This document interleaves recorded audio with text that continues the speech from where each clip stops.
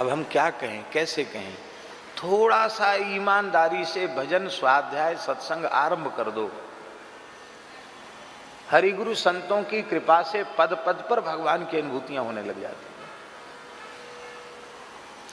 और लोग समझते ये हैं कि ये हमारे साधन का फल है। नहीं नहीं नहीं, साधन का फल नहीं है। ये भगवान की कलिकाल के जीवों पर जो अहेतुकी कृपा है उसका फल है।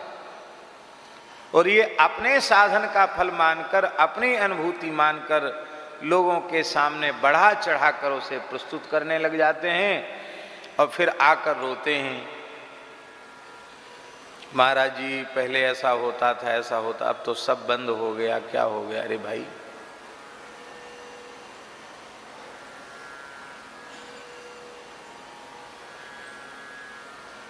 कितने जल्दी भगवान अनुभूतियां कराते हैं, हम कह नहीं सकते।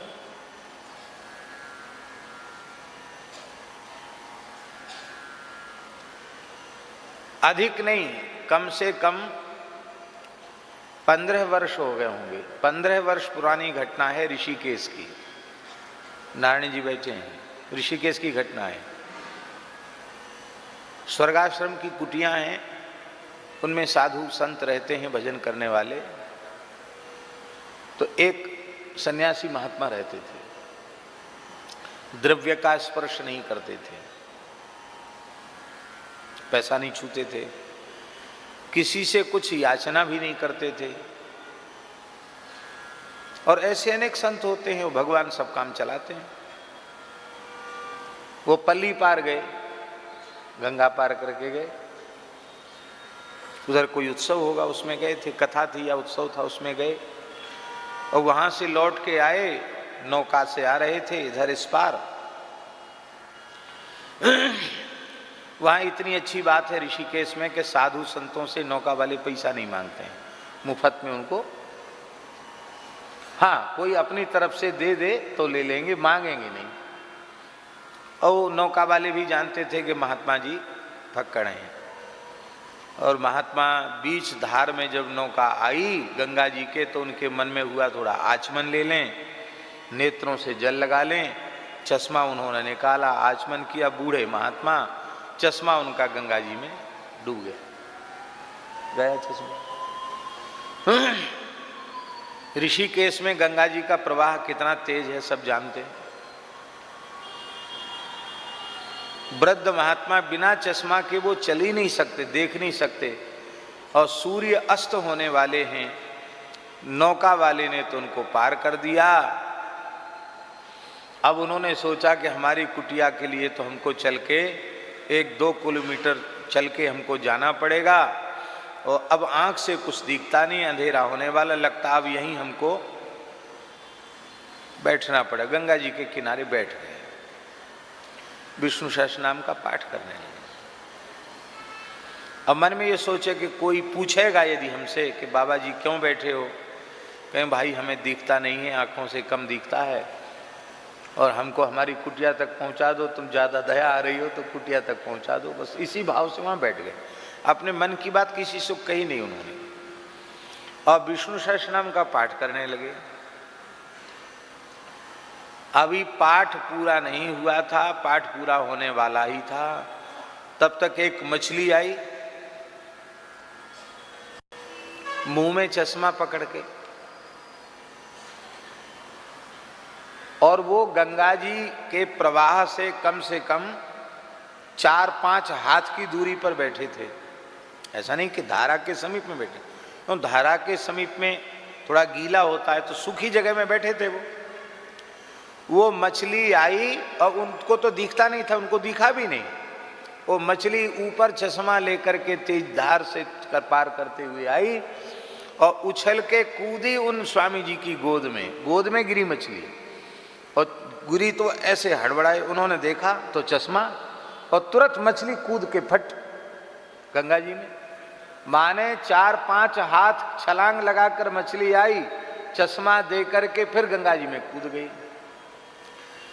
पुराणों में लिखा है कि वेदों का उद्धार करने के लिए भगवान का मत्स्यावतार हुआ। हम तो कहते एक अकिंचन महात्मा जिनका दर्शन हमने किया, उन महात्मा के लिए उनका चश्मा लेने के लिए भगवान का मत्स्यावतार हो गया।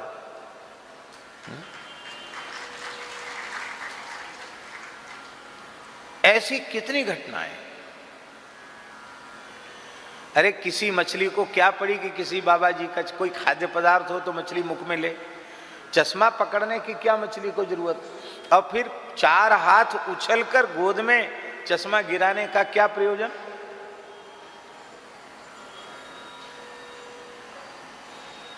आप केवल भगवान के सहारे हो जाओ, क्षण क्षण में आपको भगवान अपनी कृपा का अनुभव कराओगे। और युगों में भगवान ने अपनी कृपा की खिड़की खोली थी और कलयुग में भगवान ने अपनी कृपा के द्वार खोल दिए हैं, अपनी कृपा का भंडार खोल दिया है। इसलिए नाभाजी का महावाक्य है, और युगनते कमल नयन कलयुग बहुत कृपा करी। अन्य युगों की अपेक्षा कलयुग में भगवान ने जीवों पर विशेष कृपा की है। आज भी अनेक भगवत प्राप्त संत इस धरती पर हैं, हम उन्हें पहचानते नहीं, हम उन्हें जानते नहीं।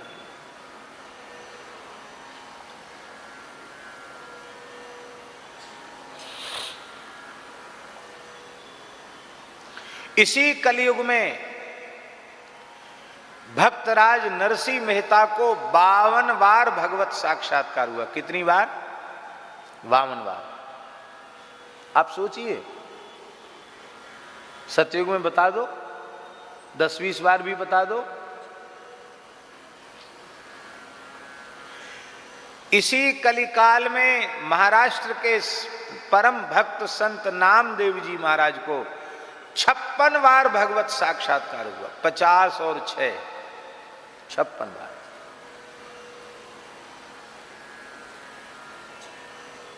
इसी कलिकाल में संत तुलसीदास जी महाराज ने अनेकों बार भगवान का प्रत्यक्ष दर्शन किया। कितने संतों को गिनाए। मीरा जी को तो अपने बचपन में ही, विवाह के पहले ही भगवत साक्षात्कार हो गया। मीरा जी ने तो सदैव भगवान के श्रीअंग में प्रवेश कर लिया।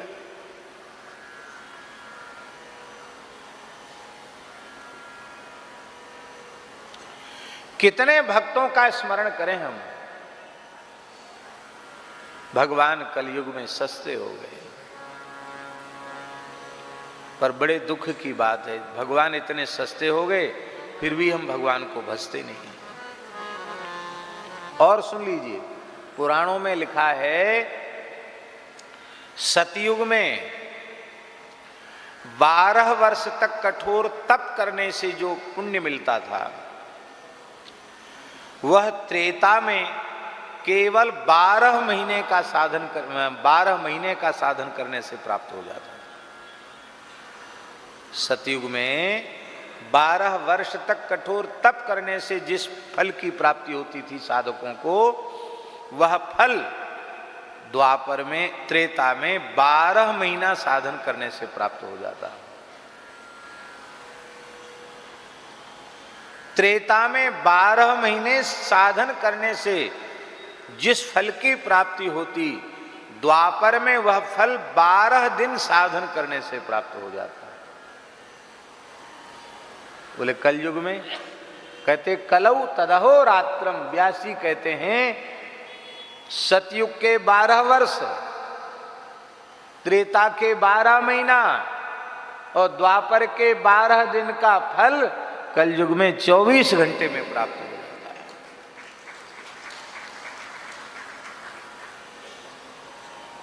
श्री सीताराम नाम साधना पद्धति एक ग्रंथ छपा है, उसमें 24 घंटे में भगवत साक्षात्कार का एक अनुष्ठान लिखा है। और जिस महानुभाव ने लिखा है, गीता प्रेस के अंक में भी वो अनुष्ठान आया है। जिस भक्त ने वह लिखा है, उसने अपनी अनुभूति लिखी है। अब कोई कहे कि हमको तो हमने किया, हमको नहीं हुआ, तो हो सकता है न हुआ हो किसी को, लेकिन उसमें जो बात लिखी है कि पूर्ण श्रद्धा, पूर्ण विश्वास और पूरी तत्परता से 24 घंटे नाम का उच्चारण करे, एक क्षण के लिए भी रुके नहीं, और आर्त भाव से भगवान को एकांत कक्ष में बैठकर पुकारना है। 24 घंटे में भगवत साक्षात्कार प्रत्यक्ष है। कलौ तदहो रात्रम। सतयुग के, त्रेता के, द्वापर के भक्तों का जब हम चरित्र सुनते हैं तब हमारे मन में एक भाव होता है कि वे तो पवित्र युगों के थे और उस समय भगवान बहुत सुलभ थे, भगवान का अवतार हुआ था तो भगवान की प्राप्ति हो गई, कोई कठिनाई नहीं। हम तो कलयुगी प्राणी, हम कैसे भगवान की भक्ति कर सकते हैं। तो जो प्रेरणा पौराणिक भक्तों के चरित्रों के श्रवण से नहीं मिलती है वह प्रेरणा कलयुग के भक्तों के चरित्रों के श्रवण से प्राप्त हो जाती है। साधकों के मन में एक धैर्य होता है, एक अवलंब होता है कि अवश्य ही भगवान की प्राप्ति इतने महानुभावों को इन परिस्थितियों में हुई है तो भला मुझे भगवान की प्राप्ति क्यों नहीं होगी, अवश्य मुझे भगवान की प्राप्ति हो जाएगी। और जब इस विश्वास के साथ जीव साधन के पथ पर अग्रसर होता है भगवान की कृपा का अनुसंधान करते हुए, तो इसी जन्म में इसी शरीर से उसे भगवत साक्षात्कार प्राप्त हो जाता है।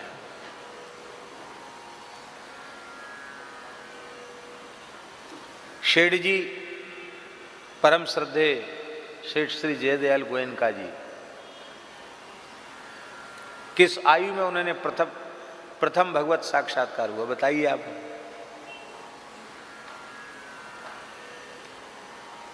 चूरू में ही हुआ ना? किस आयु में हुआ?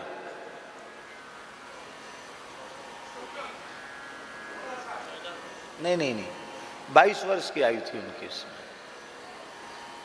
22 वर्ष की आयु थी। पर वे निष्काम साधक थे, उन्होंने भगवान का दर्शन भी नहीं चाहा था, पर भगवान उनकी निष्कामता पर रीझकर उनके सामने प्रकट हो गए। भाई जी को दर्शन हुआ। मेरे अपने विश्वास के अनुसार स्वामी जी को भी भगवत साक्षात्कार हुआ। भले ही उन्होंने किसी के सामने प्रकाश न किया हो, पर भगवत प्राप्त संत का जो स्वरूप है, संत के जो लक्षण है, वे लक्षण स्वामी जी में थे।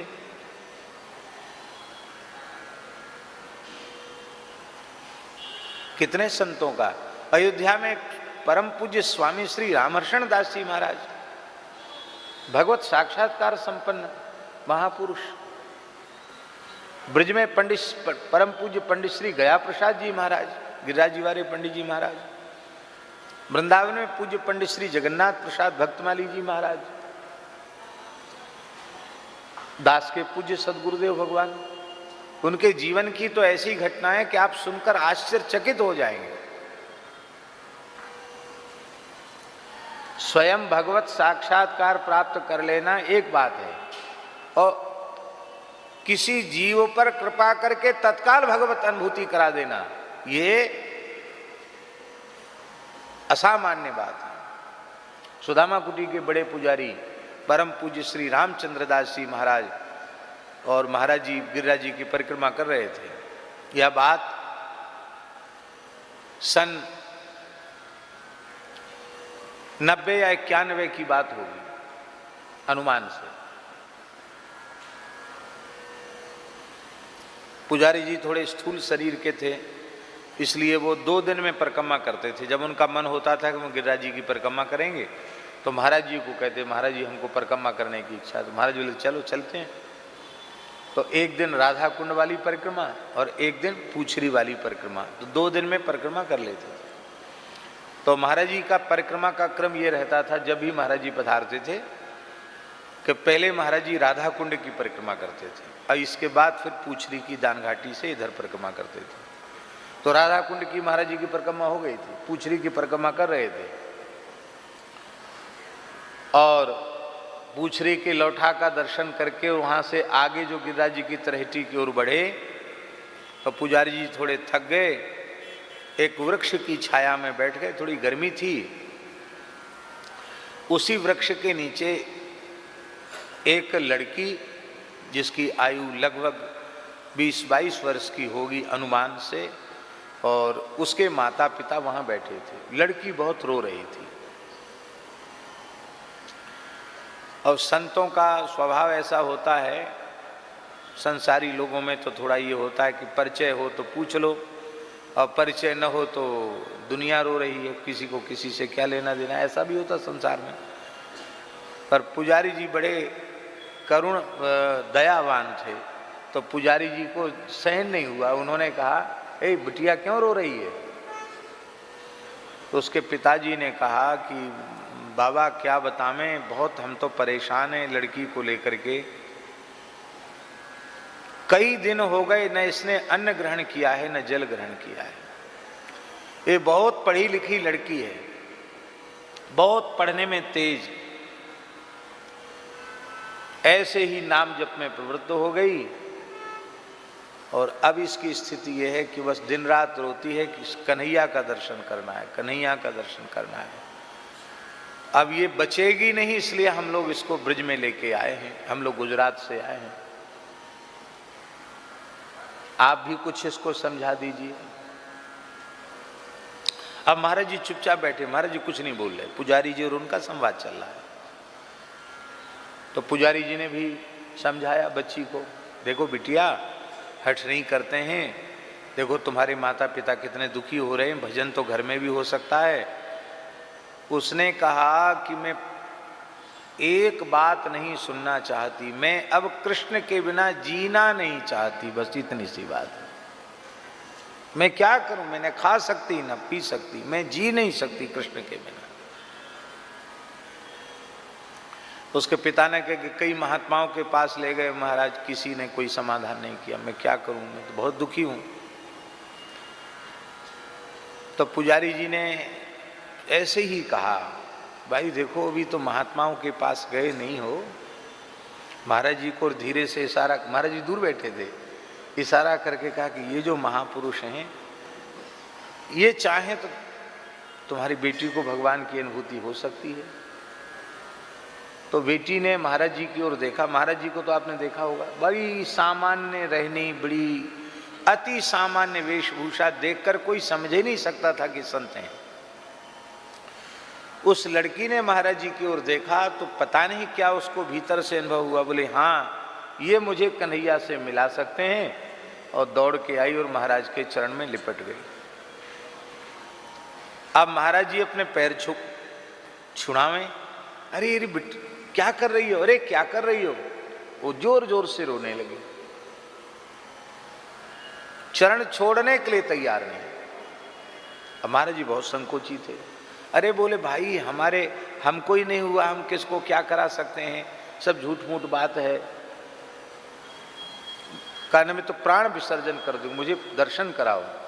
पता नहीं क्या हुआ, एक क्षण में महाराज जी के भीतर करुणा का उदय हुआ, और ऐसे उसके थोड़ा चोटी केस पकड़ के महाराज जी ने ऐसे खड़ा किया उसको।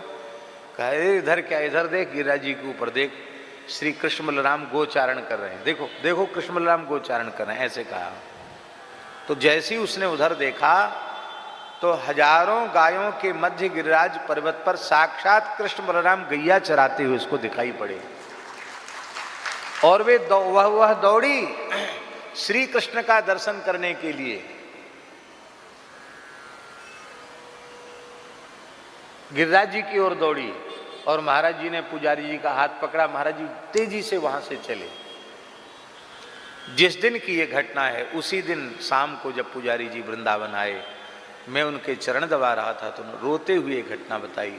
आज एक तीव्र प्यास वाली बालिका को पूज्य महाराज जी ने भगवान श्री कृष्ण बलराम का गिरिराज जी की तरेटी में साक्षात दर्शन कराया।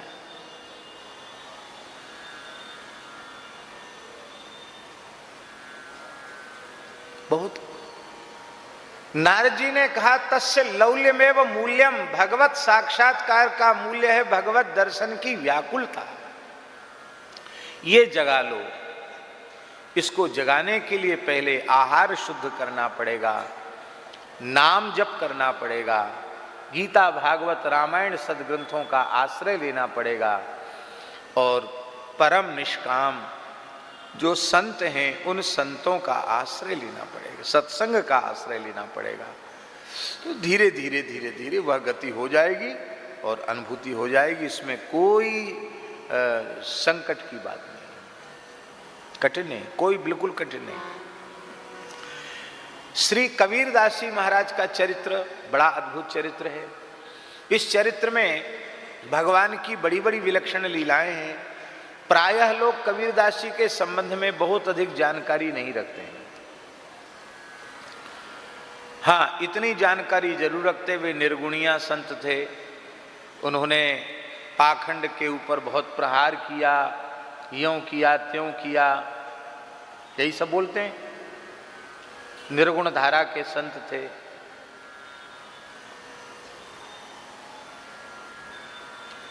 और कबीर पंथ जो वर्तमान में है उसमें भी कुछ इसी प्रकार की स्थिति भी दिखाई पड़ती है। लेकिन श्री नाभा गोस्वामी जी ने 500 वर्ष पूर्व भक्तमाल ग्रंथ में जो उसी संप्रदाय के, उसी परंपरा के महानुभाव, उन्होंने जो कबीरदास जी का चरित्र लिखा है और प्रियादास जी ने जो टीका की है, अद्भुत चरित्र। इस चरित्र को सुनने से कबीरदास जी के संबंध की अनेक भ्रांतियों का निराकरण होता है। देखिए, संतों का उपदेश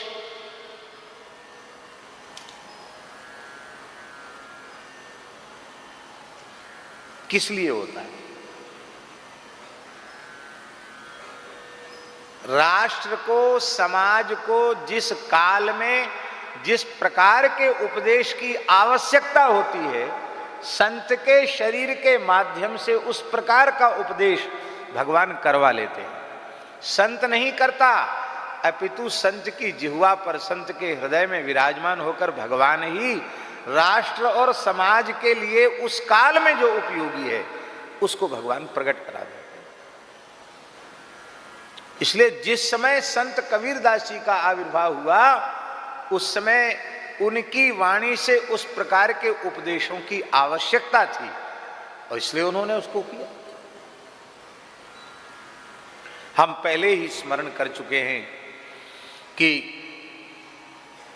सामाजिक समरसता का जगत गुरु श्री मदाध्य रामानंदाचार्य भगवान ने जो अपने चरित्र के माध्यम से उपदेश दिया है, वैसा उदाहरण अन्यत्र खोजने में कठिनाई से मिलेगा।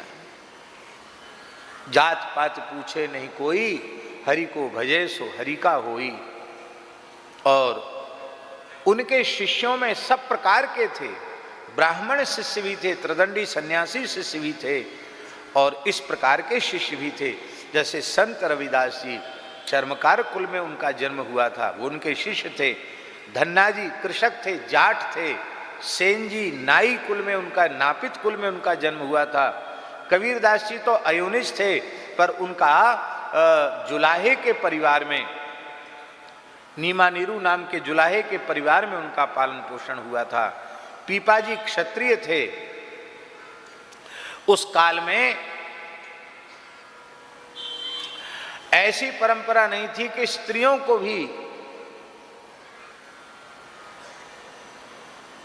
पुरुष के समान उपदेश किया जाए, पर श्री रामानंदाचार्य जी ने सुरसुरी जी को भी उपदेश किया है और संत पीपाजी की गृहिणी सीता सहचरी जी को भी उन्होंने मंत्रोपदेश किया है और पद्मावती भी उनकी शिष्या हुई। 3 नारियों को भी सर्वोच्च संत की कक्षा में प्रतिष्ठित किया उन्होंने। केवल कहा नहीं, सर्वे प्रपत्तेर अधिकारिण सदा, सभी जीव शरणागति के सदा सर्वदा अधिकारी हैं, उसमें कोई भेदभाव नहीं है। भगवान सबके हैं और सब भगवान के हैं। इस बात को केवल वाणी से नहीं कहा, अपने चरित्र के माध्यम से उसे प्रकट करके दिखाया। रामानंद स्वयं राम प्रादुर्भूतो महीतले, स्वयं रघुनाथ जी ही रामानंदाचार्य के रूप से आए और 12 महाभागवत उनके 12 शिष्यों के रूप में आए। ये चर्चा हम पहले एक दिन कर चुके हैं।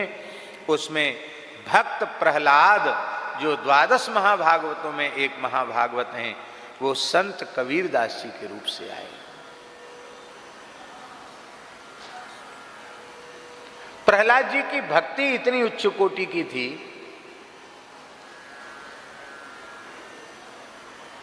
कि वो किसी माता के गर्भ में द्वारा नहीं जा सकते थे।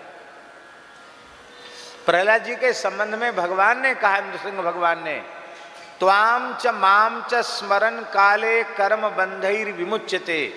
हे प्रहलाद जी, जो तुम्हारा और हमारा दोनों का स्मरण करेगा वह जीव कर्म बंधन से मुक्त हो जाएगा। अब कर्म बंधन ही नहीं रहा नृसिंह भगवान और प्रहलाद जी के स्मरण करने वाले का, तो वह गर्भ में भला कैसे जाएगा।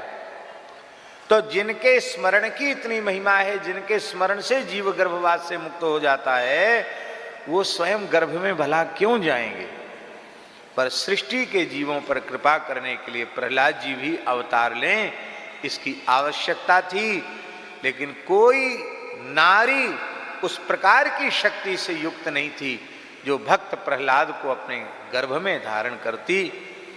तब आप पहले सुन चुके हैं कि जगत गुरु श्रीमदाद्य रामानंदाचार्य भगवान काशी में विराजते थे और एक ब्राह्मण देवता काशी के विद्वान ब्राह्मण पधारते थे।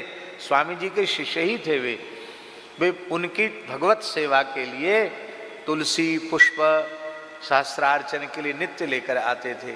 आकर कुछ पार्षद आदि भी अमनिया करते थे, कुछ सेवा करते थे और फिर चले जाते थे। पंडित जी कुछ रुग्ण हुए, उन्होंने अपनी पुत्री से कहा, बेटी आज तुलसी पुष्प लेकर के जाओ। और उसी समय चर्चा चल रही थी कि कैसे अवतरित होंगे कबीर जी। तो भगवती महालक्ष्मी भी आचार्य चरण के सन्मुख प्रकट होकर यही चर्चा कर रही थी। लक्ष्मी जी, आज तो गुरुवार है, इसको इधर तो बंगाल में तो लक्खी वार कहते हैं, लक्ष्मी जी का वार कहते हैं। आसाम बंगाल इधर में गुरुवार की बड़ी मान्यता, उसको लक्ष्मी जी का वार कहते हैं। और हमारे ब्रज में पौष महीने में जो जितने गुरुवार आते हैं, चाहे 4 आवें चाहे 5 आवें, उनको बेलवन में लक्ष्मी जी का मेला होता है। आज कम से कम बेलवन में 1 लाख से ऊपर लोग दर्शन करेंगे भगवती लक्ष्मी जी का। लक्ष्मी जी तपस्या कर रही हैं आज भी ब्रज में। तो लक्ष्मी जी प्रकट होकर संवाद कर रही थी कि प्रहलाद जी कैसे प्रकट होंगे। तो आचार्य चरण का आप ही बताओ। बोले तुलसी पुष्प से ही प्रकट हो जाएंगे, किसी माता के गर्भ में जाने की जरूरत नहीं है। तब तक ब्राह्मण की कन्या आ गई, उसने भगवान को अमनिया तुलसी पुष्प आदि अर्पित किए। और आचार्य चरण ने एक दिन पूर्व की जो भगवान की प्रसादी निर्माल्य, वो निर्माल्य उस कन्या के आंचल में, कन्या ने आंचल पसारा और स्वामी जी ने आंचल में उसे दे दिया। ऐसी भी मान्यता है कि स्वामी जी के मुख से निकला पुत्रवती भव। कन्या वहां से चली, आगे चली तो उसको लगा कि कुछ भार बढ़ गया है। तो उसने अपने आंचल को देखा तो तुलसी पुष्प के स्थान पर वहां एक अत्यंत सुंदर तेजस्वी बालक दिखाई पड़ा, नवजात बालक। उसको देखकर के वह एकदम हक्की बक्की सी रह गई। छोटी सी कन्या, उसके मन में आया कि मैं यह बात कहूं भी किसी से तो कोई विश्वास भी नहीं करेगा। मैं अपने पिता को भी बताऊंगी तो कैसे बताऊंगी, माँ को बताऊंगी तो कैसे बताऊंगी। वो इतनी घबरा गई कि उसने लहर तारा तालाब के निकट कमल पुष्पों के मध्य ही उस बालक को, नवजात बालक को विराजमान कर दिया। और वो भगवान के सहारे बालक को छोड़कर सीधे अपने पिता के पास, से कुछ बताया भी नहीं उसने डर के मारे। और उसी समय नीमा नीरू नाम के मुस्लिम दंपति जुलाहा का काम करते थे, वे संतानहीन थे। उनको उस समय ये नवजात बालक दिखाई पड़ा। पहले उन्होंने पता किया कि भाई किसका बच्चा है। जब पता नहीं चला तो यही उनको लगा कि अल्लाह ने हमको दिया है, ईश्वर ने हमको प्रदान किया है, ऐसा उनको लगा। और उन्होंने उस बालक को वे घर ले गए। लेकिन बालक कुछ खाता पीता नहीं। तो प्रसंग पारिजात नामक ग्रंथ में वर्णन है कि श्री रामानंदाचार्य भगवान वो तो जानते ही थे कि कौन प्रकट हुए हैं। तो श्री रामानंदाचार्य भगवान के कान में जब बात आई कि एक जुलाहे परिवार में ऐसा विचित्र दिव्य बालक आया है जो खाता पीता नहीं है, लेकिन बिना खाए पिए भी वह कई दिन से जीवित है, लेकिन बड़ी चिंता हो रही है कि ये बालक कुछ खाएगा पिएगा नहीं तो कैसे इसके प्राण बचेंगे इस नवजात बालक के। तो सुधा मुचि नाम की एक जड़ी, एक औषधि श्री रामानंदाचार्य जी ने अनंतानंदाचार्य जी के द्वारा भेजी और उसको गंगा जल में मिश्रित करा के कुछ बिंदु उनके मुख में डाले गए और उससे कहा कि अब तुम बिना खाए पिए भी जीवित रह सकोगे, लेकिन लोक मर्यादा की रक्षा करनी है। कान में धीरे से कह दिया, इसलिए हम तुम्हारे पिता को समझा देंगे, पालक को, और व्यवस्था हो जाएगी, कुछ ग्रहण करना है। अनंतानंदाचार्य जी ने समझाया, बोले भाई तुम लोग दूर हट जाओ, थोड़ा हम कुछ मंत्रोच्चार करेंगे बालक को ठीक करने के लिए। वो लोग दूर हट गए। आपने समझा दिया कि भक्ति का काम करना है, ऐसे खाए पिए बिना काम चलेगा नहीं, खाना पीना पड़ेगा। इन लोगों के बीच में रहकर इनको उपदेश देना पड़ेगा। आप समाज में रहकर समाज की सेवा कर सकते हैं, समाज से अलग होकर कर सकते क्या?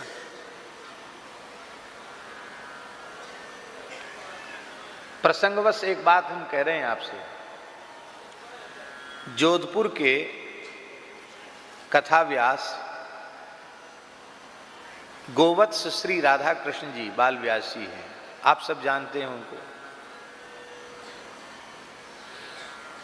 बहुत अच्छे वक्ता हैं और संतों के बड़े लाडले हैं, बड़े स्नेही हैं। नानी बाई का मायरा तो उनका बहुत प्रसिद्ध है। अभी उनका उत्सव चल रहा है पंढरपुर में, रस महोत्सव। उनकी एक विशेषता हमने देखी कि प्रायः मारवाड़ी समाज में ही और मारवाड़ियों में भी ज़्यादा माहेश्वरियों में वो घूमते हैं। और हमने देखा कि नए नए लड़के उनसे बड़े प्रभावित होते हैं। 18-20 वर्ष तक के बच्चे बड़े प्रभावित होते हैं। वो धोती पहनने लग जाएंगे, उनके जैसे तिलक लगाने लग जाएंगे, कंठी बांधने लग जाएंगे।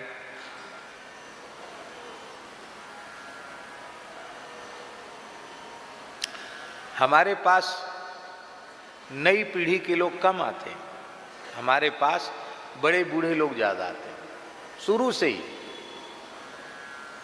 पर उनके पास बड़े बूढ़े कम आते हैं, नई पीढ़ी के ज़्यादा आते हैं।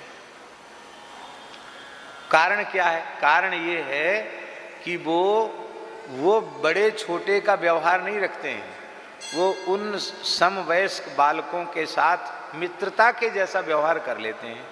जैसे एक मित्र का व्यवहार मित्र के साथ होता है ना, दोस्ती जैसा व्यवहार कर लेते हैं।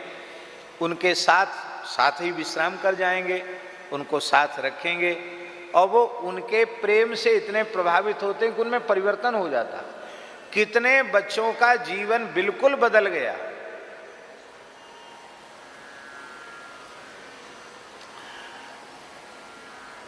इसका मतलब है कि बालकों में रहकर बालकों का सुधार किया जा सकता है। आप जिस समाज में सुधार करना चाहते हैं उसमें आप मिलिए, मिलकर के और उनके हृदय तक पहुंचिए, उनके हृदय की बात सुनिए, फिर उनको समझाइए। क्यों नहीं समझेंगे? मनुष्य हैं, समझेंगे क्यों नहीं? तो इस कारण से सख्य भाव स्थापित करके और वे उन बालकों में संस्कारों को पुष्ट करते हैं। ये बहुत अच्छी बात है, अच्छी बात है। तो समाज के प्रत्येक वर्ग में उत्तम संस्कार प्राप्त हों, यही इन संतों के अवतरण का प्रयोजन है। और समाज एक प्रेम के सूत्र में बंधे। तो ये तो कबीरदास जी को समझाया कि तुमको खाना पीना पड़ेगा, और उनके माता पिता को समझाया कि मैंने जड़ी दे दी है, अब वो दूसरी चीज तो नहीं खाएगा पिएगा, लेकिन तुम अपने घर में गाय रख लो।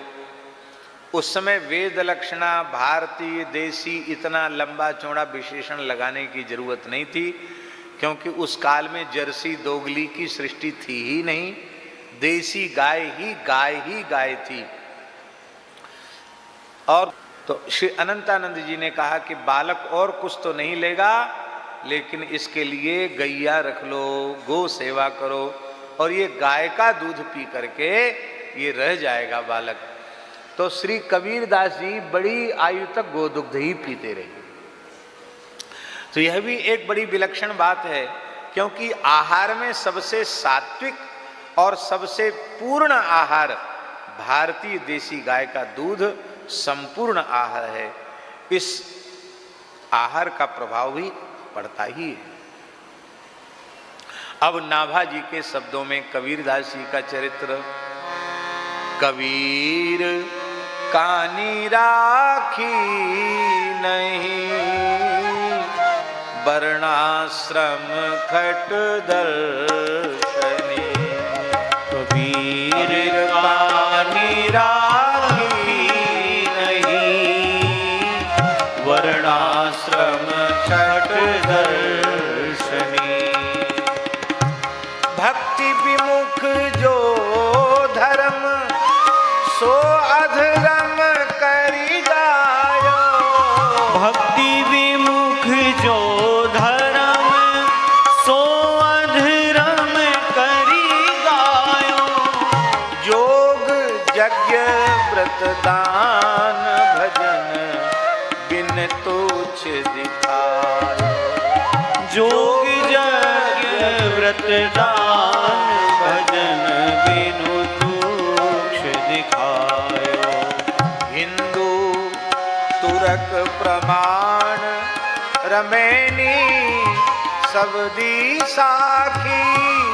हिंदू तुरक प्रमाण रमैनी सबदी साखी। पक्षपात नहीं बचन सबही के हित की भांति। पक्षपात नहीं वचन सबही के हित की भांति।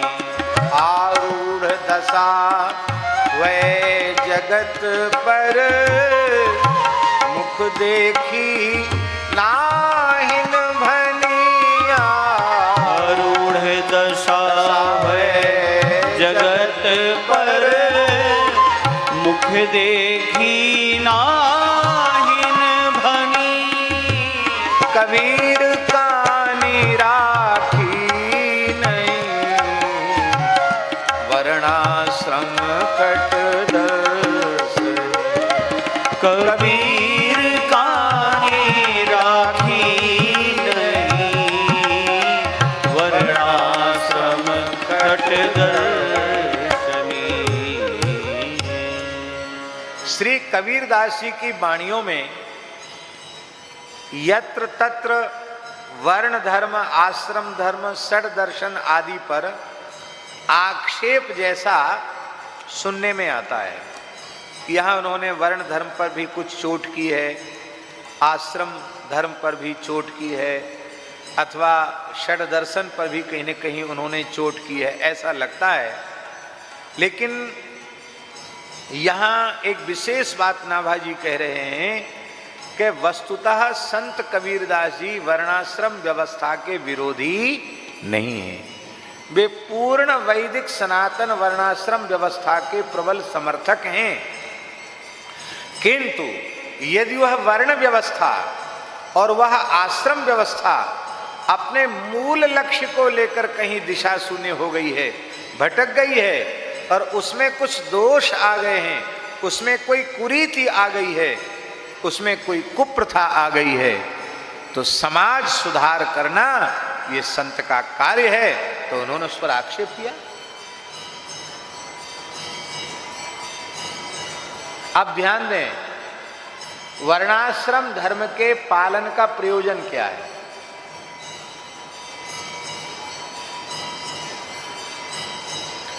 वर्णाश्रम धर्म के पालन का प्रयोजन है शरीर संसार से वैराग्य हो जाए, भगवान के चरण कमलों में अनुराग हो जाए, इसी शरीर से इसी जन्म में भगवत साक्षात्कार हो जाए, भगवत प्राप्ति हो जाए, हमारा परम कल्याण हो जाए। यही वर्ण धर्म, यही आश्रम धर्म के आचरण का फल है। और ये फल तो मिले नहीं और हम दिशा भटक जाएं तो इसी बात को कहा श्री कबीर जी ने, कहने में किसी को भी संकोच नहीं किया। खरी बात जो कहनी थी वो डंके की चोट उन्होंने कही। भले ही वर्ण धर्म की बड़ी महिमा है, आश्रम धर्म की बड़ी महिमा है, किंतु यदि वह वर्ण धर्म आश्रम धर्म भक्ति से विमुख है, भक्ति से शून्य है, तो उस धर्म को, उस वर्ण धर्म, उस आश्रम धर्म को संत कबीर दास जी ने अधर्म के जैसा माना। भक्ति विमुख जो धर्म सो अधर्म करि गायो। भक्ति से विमुख धर्म को अधर्म कहा। योग यज्ञ व्रत दान, योग की बड़ी महिमा है, यज्ञ की बड़ी महिमा है, व्रत की बड़ी महिमा है, दान की बड़ी महिमा है, पर यदि वह भजन से शून्य है तो योग यज्ञ व्रत दान भजन बिन तुच्छ दिखायो। यदि भगवत भजन का पुट इनमें नहीं है तो वह तुच्छ है। तुच्छ का अर्थ है त्याज्य है। अब एक प्रश्न उठता है कि भक्ति से शून्य वर्ण धर्म आश्रम धर्म, उसे अधर्म कैसे कह दिया संत कबीरदास जी ने? ये बड़ी गंभीर बात है।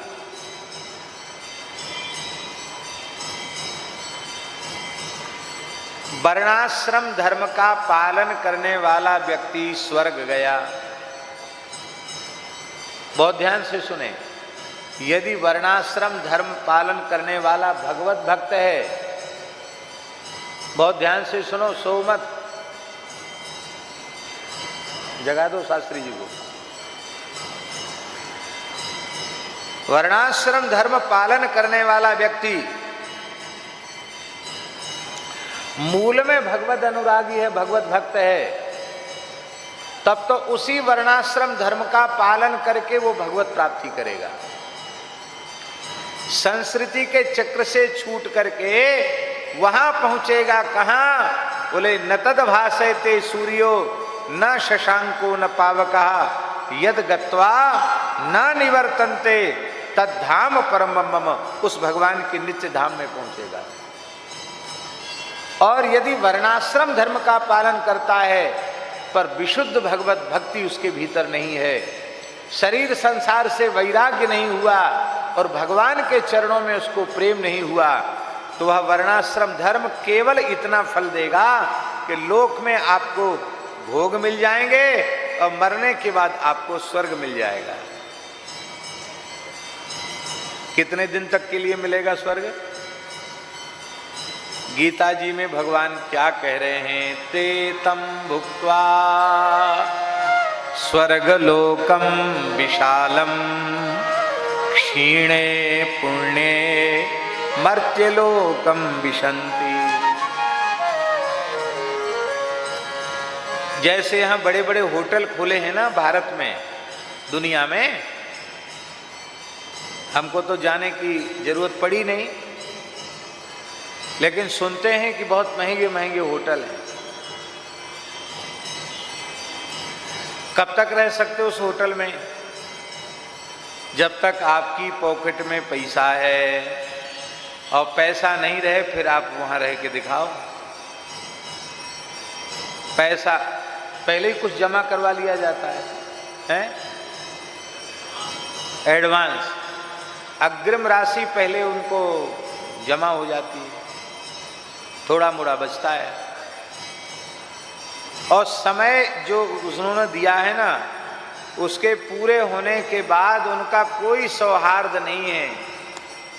फिर जितनी देर आप करोगे उतना पैसा बढ़ता चला जाएगा, निकाल बाहर करेंगे सो अलग।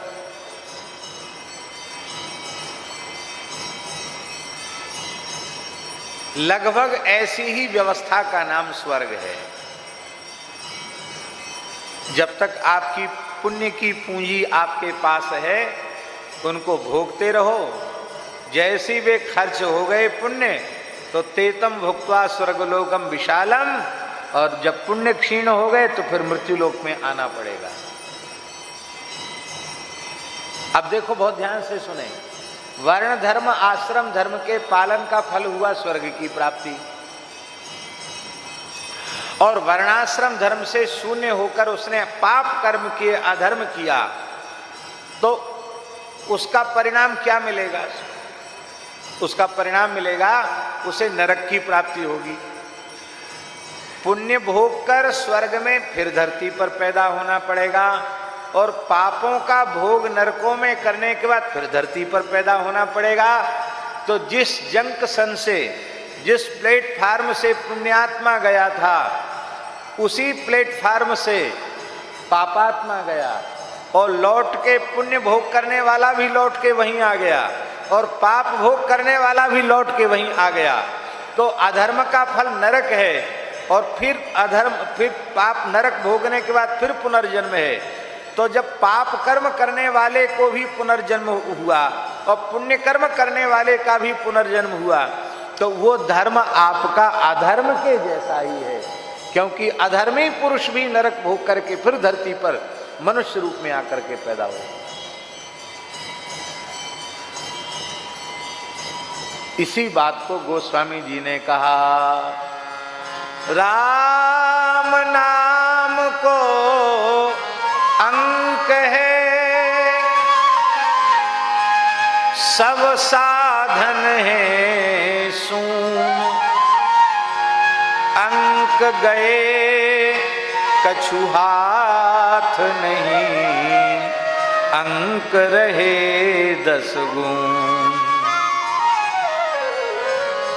एक लिख दो, एक, और उसके पीछे एक शून्य लिख दो, तो कितने हो गए?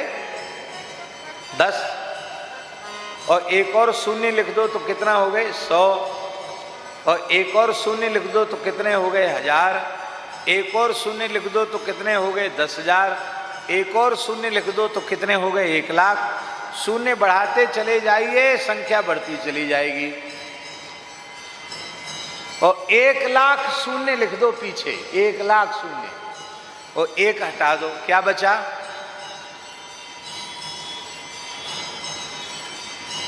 ये दान पुण्य यज्ञ तपस्या व्रत जप ये सब जीरो हैं।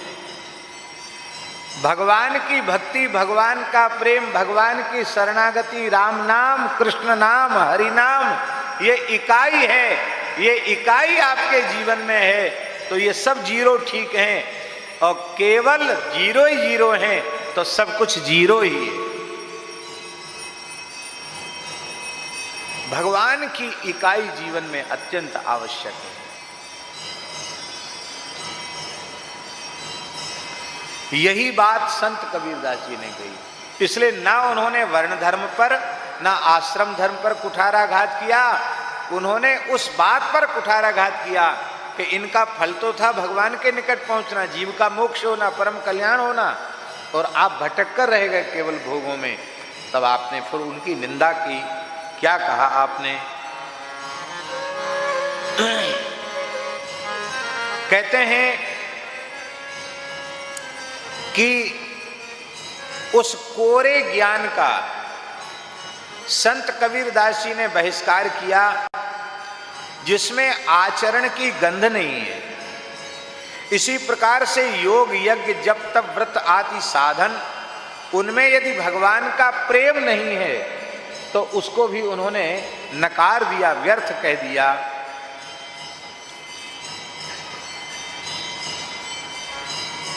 बोले आप ये विरोध कर रहे हैं, ये आपकी अपनी मनमानी बात है?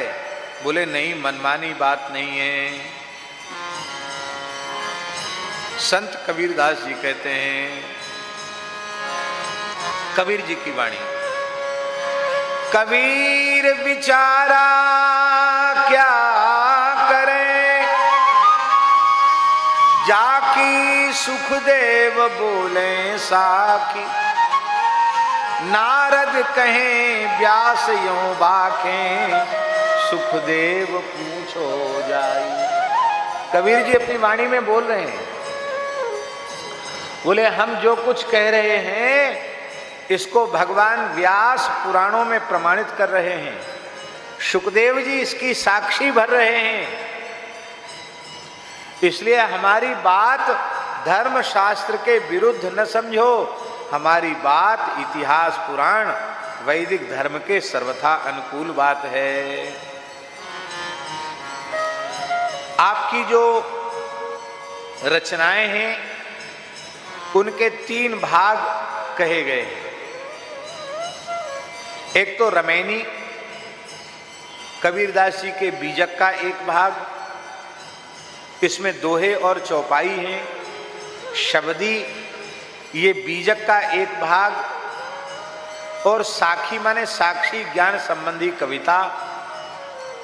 तो रमैनी, शब्दी और साखी, ये 3 प्रकार की रचनाएं संत कबीरदास जी की हैं, जिनमें अपार ज्ञान भक्ति वैराग्य का भंडार भरा पड़ा है।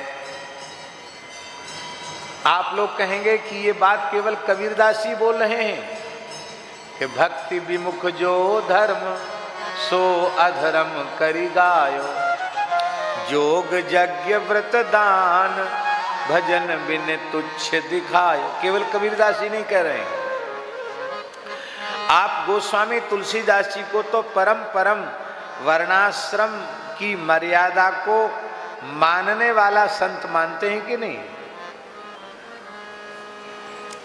पूज्यपाद धर्म सम्राट स्वामी श्री करपात्री जी महाराज कहते थे कि सभी संतों की वाणियां पूरी पूरी हमारे गले के नीचे नहीं उतरती, केवल श्री तुलसीदास जी की वाणी ऐसी है जो हमको पूरी उतर जाती है भीतर। क्यों? बोले इसमें शास्त्र के विरुद्ध में एक शब्द भी नहीं कहा गया। बहुत आदर देते थे तुलसी साहित्य को करपात्री जी महाराज।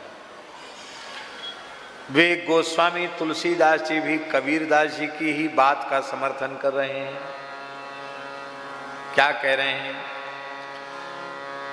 सो सुख करम धर्म जरी जाहु, सो सुख करम धर्म जरी जाहु, जहाँ नाराम पद पंकज भाऊ, जहाँ नाराम पद पंकज भाऊ, जोग कुजोग ज्ञान अज्ञानु, जोग कुजोग भरत जी का ज्ञान अज्ञानु, जहाँ नहीं राम प्रेम परधान, जहाँ नहीं राम प्रेम परधान।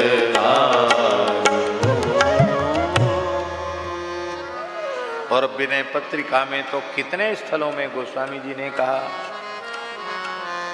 ज्ञान विराग जोग जप तप मख, जग मुद मदन मग नहीं थोरे,